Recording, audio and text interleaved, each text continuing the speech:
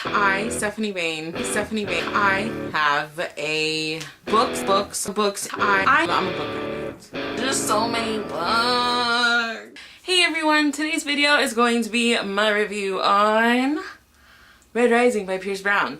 I gave this book a 5 out of 5 stars. Okay, my review of Red Rising really quickly, because I kind of didn't specify this. I kind of do go into details what happens in the book. So if you just want to know a brief gist of the book, it's a boy named Darrow whose wife gets taken away from him, and he goes on this long journey not to get her back, because I will say that she dies, but it's a matter of helping his people, and he goes through a lot of things. But it is, I would say, kind of like Hunger Games. Kind of better than Hunger Games. I don't know. It's really good. So just letting you know, after this there are some spoilers. I don't go really into depth. I don't talk about every single thing that happens in the book. I kind of just talk about an overview.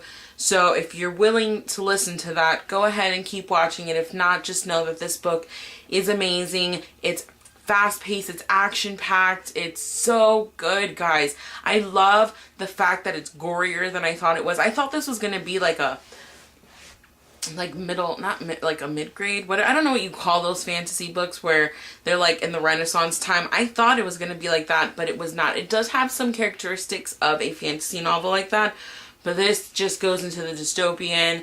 It's really good. Their society is cruel and amazing and so true, down to like the nitty-gritty.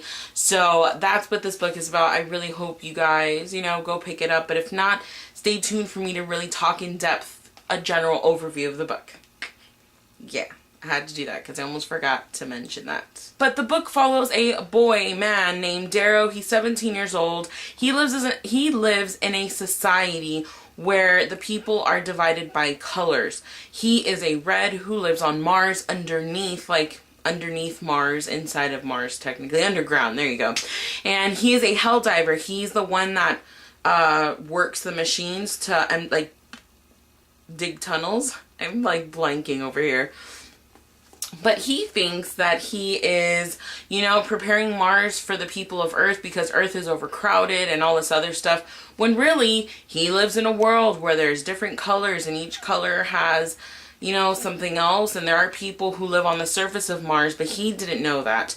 So in his society, the colors go from gold being the top to red being the lowest.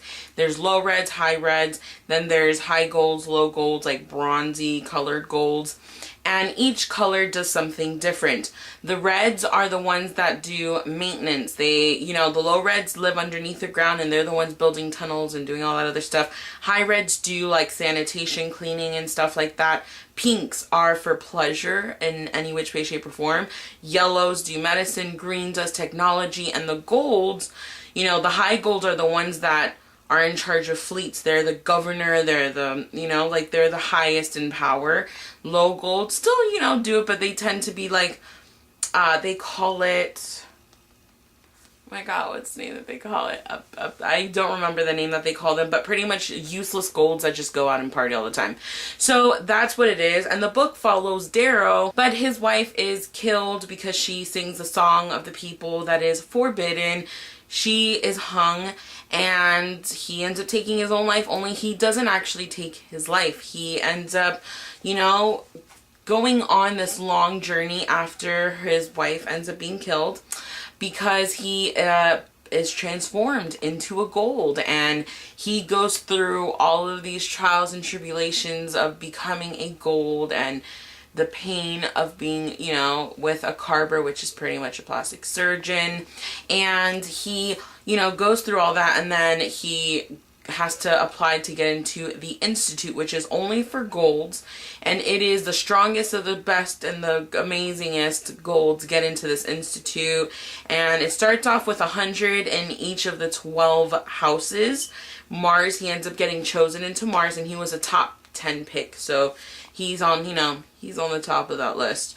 But then they, in each house, what they do before they go into the actual year-long school, they narrow it down even more. From 100, they pair the strongest and the weakest. They put one of each of them in a room naked. Only one of them can come out alive and wear the House of Mars ring. So Darrow, of course, he wins, he gets put into the school. So now each house only has 50. They get put into a, I guess you could say, like stadium type field as thing, but this is their school. There's 12 castles or kingdoms, whatever, and each house has one. And the whole point of it is each house first has to establish a primus, which is a head in charge, and then once each house has a primus, pretty much, they hold the scaffold, which, that's not what they called it. I want to say they called it scaffold. I don't know, I'm forgetting all the terminology. But each of them has it, and what happens with that scaffold is when they find someone else from another house, if they imprint the, like let's say Darrow went to the house of Ceres, which is the closest one that was to them, I want to say. I'm switching sides. Then he, whatchamacallit, just puts the scaffold to their forehead, and now that person is their slave. If the student does not follow, then they will be shamed when they leave school. No, better on this side. They will be shamed, and it's a whole hot mess that happens, and people die out in that field. They get really gruesome. They're proctors, each proctor per house, which is a teacher, but they're there to kind of help them and guide them, but they're not actually living with them while they're in these castles. Each house has a privilege or an advantage over another one. House of Mars had absolutely crap. The fact that they were smart and they could hunt was definitely a benefit to them, but they died out really quickly. Ceres had, I want to say it's Ceres. If I'm wrong, I'm sorry. I want to say it's House of Ceres. Ceres. Let me see.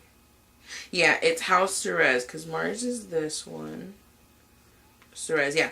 House of Ceres had bread. They had ovens and they could bake bread because they had grains and stuff. So each house has an advantage. And at the end of the game, only one person is not alive or anything, but they're, you know, in charge. There's only going to be one primus. Primus? I'm forgetting all the words. So that's pretty much what the book follows. You see Darrow go through all of these things. It ends really well. The second book comes out in January of 2015. I highly recommend this book for people who are either A, not really into books, but really like action-packed, gruesome, hiding in like a horse's corpse type of thing. I love Severo. He's so awesome. But so this book's really gruesome and so awesome. Like, I was not expecting that. I loved it when I saw the first part. I was like, ooh, that's bloody, but that's awesome. So that was really cool. But or for people who are really into dystopians but are kind of tired of seeing the same thing done over and over again. Now let's talk about specifically Darrow. I thought Darrow was amazing. I think Darrow is the perfect protagonist because yes, he makes mistakes, but he doesn't think afterwards, after he knows that what he did was a mistake. It's not like, oh, well, it's okay, it'll be better. No, it's like you see him like go through that conflict of, I need to think things out better. I need to get through this, and what am I going to do that's not going to harm my, you know, my classmates or whatever. He's really into that, and I love that about him. I love that he can admit his faults. I think it's really awesome that he can do that. And then, you know, like even the certain little cliches that are in this, Pierce Brown just did an amazing job and worked with it. So I don't know. I don't want to talk too much about the book, even though I gave a lot away. I honestly didn't give up the whole thing. There's a lot of things that happen, a lot of things you figure out, and it's just amazing. So I hope you guys go read this. It just came out this year. And if you get the paperback edition, I know some people like hardback, but there is an excerpt from The Golden Sun in here, which I did not read because I will read it and then hate it because I can't finish reading The Golden Sun until January. So there you guys go. I hope you guys like this more longer in-depth review. I had to talk about this book. It's amazing. I love it, and go get you some. It has really good ratings. But it doesn't have enough ratings in my opinion. I think it should have 1 million more. So I hope you guys go out and read this. Maybe, maybe not. So yeah, I'll see you guys in my next video. Bye.